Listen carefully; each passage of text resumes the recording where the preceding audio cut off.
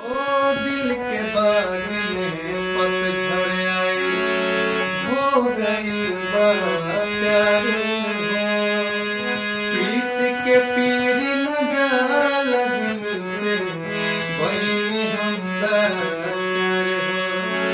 दिल के बाग में पतझड़ आई, हो गई बा प्यार हो। प्रीत के पीर न जाला दिल से, बहिनी हम लाचार हो।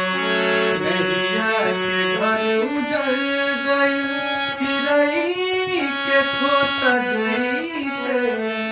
जान बिन बेजान बनी, जी ही बोला कैसे, तू बता बोना, समझा बोना, तू बता बोना,